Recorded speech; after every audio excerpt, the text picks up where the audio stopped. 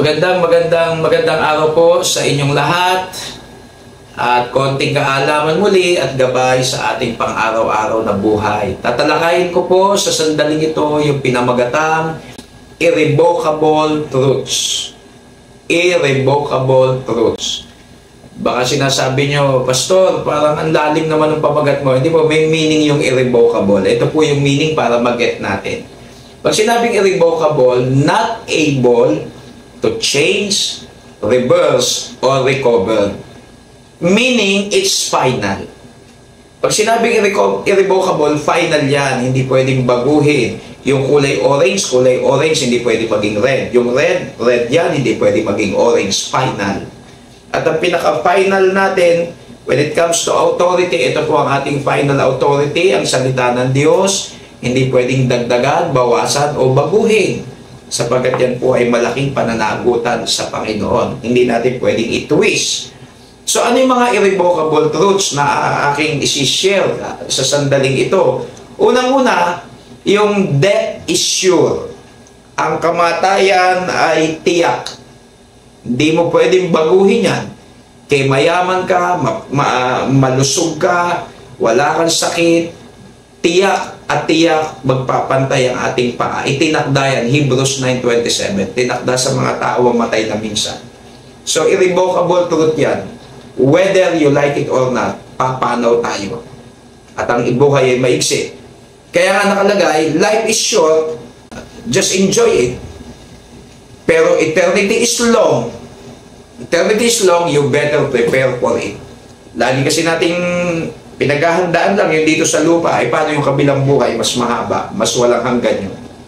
So that is sure, irrevocable po yan. Hindi pwedeng baguhin, final yan. Number 2, hell is hot. Makikita nyo sa Bible, ang impyerno ay naglalaman ng uod at apoy na hindi namamatay.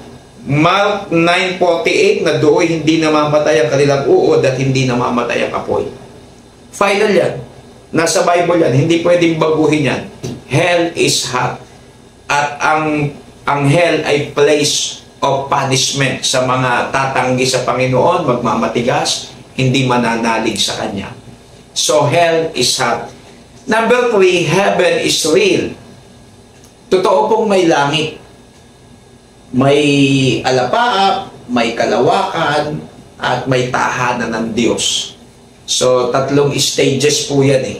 Heaven is real. Basahin nyo lang ang John chapter 14, verse 1 to 3. Naghanda ang Panginoong Hesus ng dako nating kalalagyan sa langit. At lahat ng mananampalataya, gusto niya nandun makapiling niya, walang hiwala yan. Number 4, Jesus is the only way to heaven. Naku, daming nagtatalo dyan. Ang daan daw patungo sa langit ay sa pamamagitan ng relihiyon. Ang daan daw patungo sa langit ay sa pamamagitan ng mabuting gawa, pagsunod sa 10 Commandments, pagpapamiyembro sa isang iglesia. Hindi po mga minamahal eh. Kayo na bumasa ng John 14:6. Singular, sabi ni Jesus, I am the way, the truth, and the life. No man cometh to the Father but by me. Jesus is the only way to heaven. Wala kang pwedeng baguhin dyan. Huwag nating ipilit yung mali. Huwag tayong gumawa ng sarili nating daan. Si Jesus ang totoo, tunay at tanging daan. John 14:6. Tanggapin po natin yan. Biblical, kayo na magbasa. And number 5, there is no salvation after death. Final po yan. Wala pong kaligtasan pagkatapos ng kamatayan. Yung ipagpipray ka, may 40 days. Pagpipray ka, mahahango ka sa purgatory, pupunta ka ng langit. Wala po. Ibayad lang kayo ng bayad doon habang nagpipray. Ngayon po, ang kaligtasan ngayon habang buhay ka, ngayon mo harapin yan, ngayon mo desisyonan yan. Kasi pag namatay, wala na. Final na yan. Kaya nga sa Bible, nung mamatay yung mayaman at si Lazarus, final na po yung kanilang pinuntahan. Wala na makaalis kung saan man sila napunta. Yan ay nasa Luke chapter 16, kung di po ako nagkakamali. Luke 16, verse 19 hanggang 31.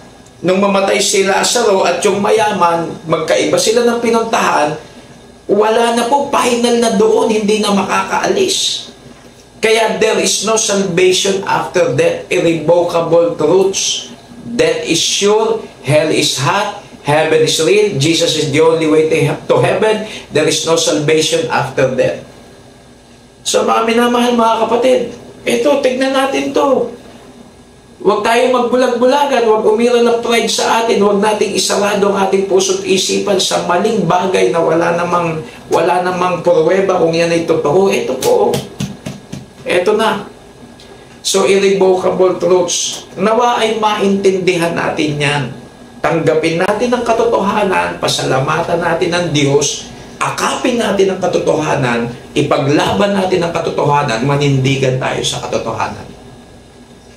5 irrevocable truths. So I hope may naintindihan tayo.